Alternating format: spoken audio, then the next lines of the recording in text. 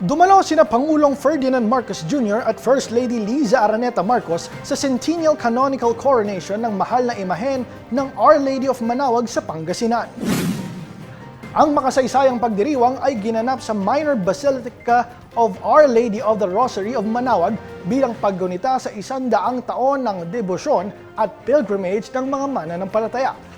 Sinimula ng selebrasyon noong Martes sa rededication ng Basilica, kasunod ng ingrandeng prosesyon at pontifical mass. Pinangunahan ng historic coronation rites ni Papal Nuncio to the Philippines Archbishop Charles Brown. Sa bahagi ng seremonya, hinawakan ni Pangulong Marcos ang korona bago ito binasbasa ni Archbishop Brown bilang bahagi ng canonical coronation ng mahal na birhen ng Manaoag.